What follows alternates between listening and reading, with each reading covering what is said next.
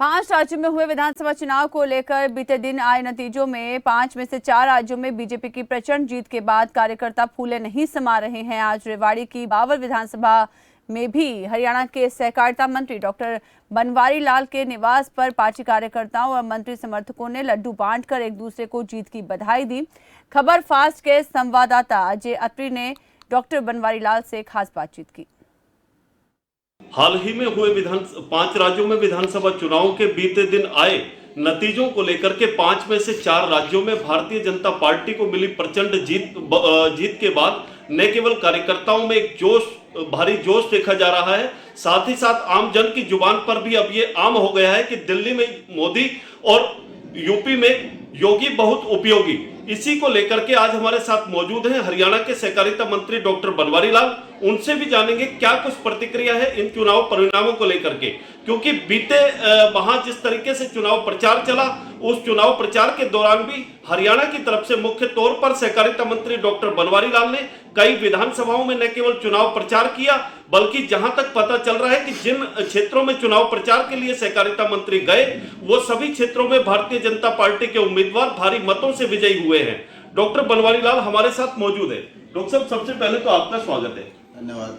आपसे जानेंगे कि जो नतीजे आए हैं और 5 में से 4 राज्यों में भारी कहें कि प्रचंड जीत भारतीय जनता पार्टी को मिली है, क्या कुछ कहेंगे?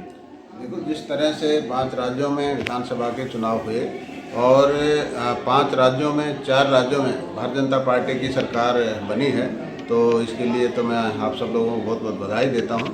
और भारतीय जनता पार्टी का जो केंद्रीय नेतृत्व है नरेंद्र भाई मोदी के रूप में, और जनता जो देश की जनता है वो माननीय नरेंद्र भाई मोदी पर विश्वास करती है और लोगों को विश्वास है कि मोदी जी जो कहते हैं वो करते हैं।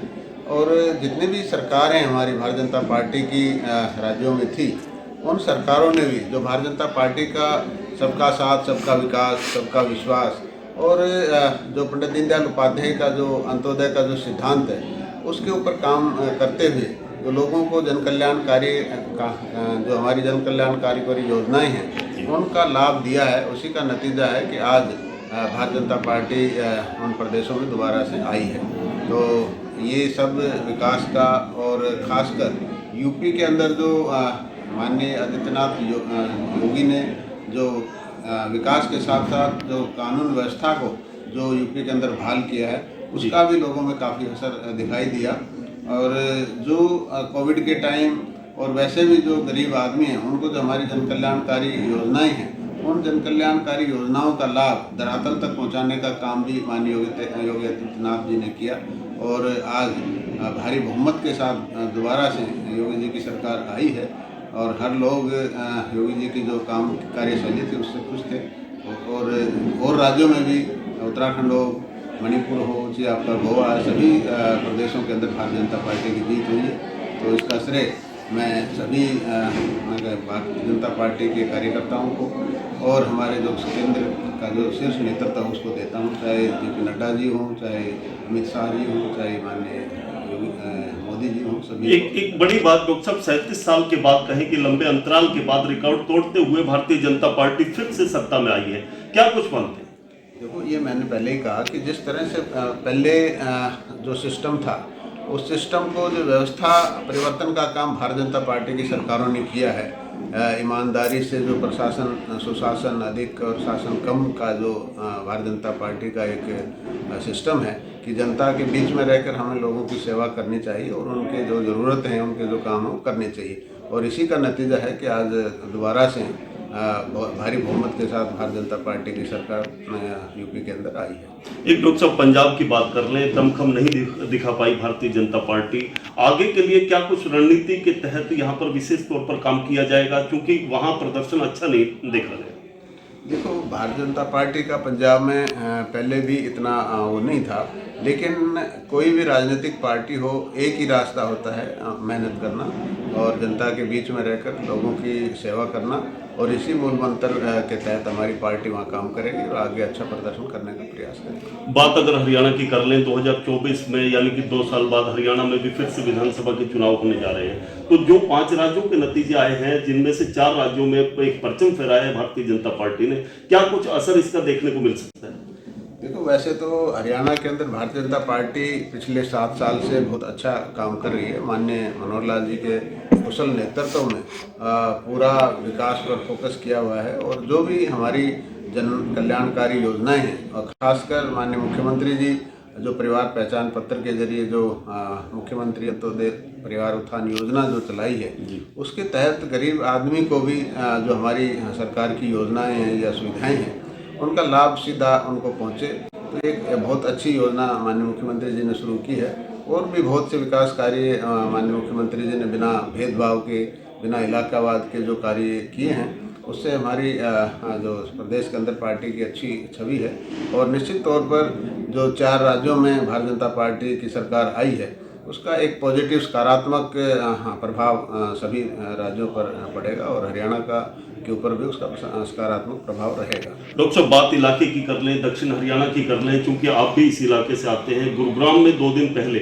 मुख्यमंत्री आए, केंद्रीय मंत्री नितिन गडकरी आए, राव इंद्रजीत सिंह आए और काफी सारी जो करोड़ों की परियोजनाएं कहीं कि इलाके को उनमें से भी काफी बड़ी सौगातें मिली हैं। तो क्या कुछ प्रमुख रूप से बात बावल की और रेवाड़ी की करें तो क्या कुछ विशेष तौर पर? देखो, हमारा जो ये NH 8 था पहले, अभी जो 48 हो गया, 48 हो गया। इसके ऊपर 2-3 फ्लाईओवर थे, जैसे हमारा बावल का था, कापड़ीवास का था, ये बिलासपुर का था और कई अंडरपास थे। उनको स्वीकृति दी है, उनका फाउंडेशन किया है माननीय गडकरी जी ने। गुड़गांव में भी अंडरपास का उद्घाटन भी किया। तो ये सारी सुविधाएं दक्षिण हरियाणा को मिली हैं। जो रोड का हमारा तंत्र है मजबूत हुआ है और ट्रांसपोर्ट लोगों को आवाजाही में जो सुविधा मिली है उससे काफ़ी फायदा दक्षिण हरियाणा को मिला है। एक बजट की बात कर ले, हरियाणा सरकार ने अभी 3 दिन पहले ही बजट पेश किया है। इलाके को काफी सारी नई चीजें यहाँ देखने को मिला कि इलाके के लिए भी घोषणाएं की गई है। तो कब तक वो सिरे चढ़ पाएंगे और मुख्य तौर पर परियोजनाओं की बात करें, घोषणाओं की बात करें, बजट में क्या कहेंगे? अभी माननीय मुख्यमंत्री जी ने जो बजट पेश किया है एक फाइनेंस मिनिस्टर के रूप में, वो एक बहुत ही बैलेंस्ड एक संतुलित बजट है और सभी वर्गों का सभी विभागों का उसमें ध्यान रखा गया है और 1,77,000 करोड़ रुपए का लगभग ये बजट उन्होंने पेश किया है। उस बजट के अंदर चाहे शिक्षा का विभाग हो, चाहे स्वास्थ्य का हो, चाहे आपका पानी का हो, सड़क का हो, सभी विभागों का ध्यान रखते हुए और सभी वर्गों का ध्यान रखते हुए ये बजट उन्होंने बनाया है। और हमारे दक्षिणी हरियाणा में भी कई प्रोजेक्ट उन्होंने दिए हैं, जिसमें आपका एफेड का ऑयल मिल है जो रामपुरा में बन रही है 150 मीट्रिक टन की, उसके साथ एक गोडाउन भी है।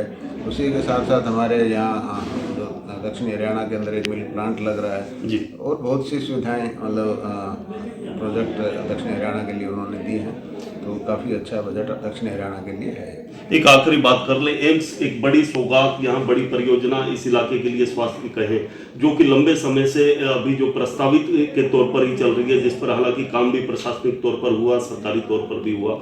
आपके राव इंद्रजीत सिंह के लंबे प्रयास इस मामले के अंदर देखे गए। कल भी आपने अधिकारियों की बैठक ली है, क्या कुछ निर्देश दिए हैं और कब तक माना जाए कि निर्माण कार्य यानी आधारशिला इसकी रखी जा सके? देखो, अभी 2 दिन पहले मैंने अधिकारियों की और जो हमारी एक समिति बनी है, सोसाइटी बनी है, उसके पदाधिकारी भी थे उसमें, तो मैंने अधिकारियों को ये दिशा निर्देश दिए कि इस पर जल्दी से जल्दी कार्रवाई शुरू की जाए, रजिस्ट्री शुरुआत की जाए। और समिति के पदाधिकारियों से भी मैंने कहा कि जो भी छोटी मोटी कोई अड़चन आती है इसमें, तो उसको भी वो सहयोग करें और तुरंत दूर करें, ताकि इस काम को जल्दी से सिरे चढ़ाया जाए और जल्दी से इसका शिलान्यास किया जाए।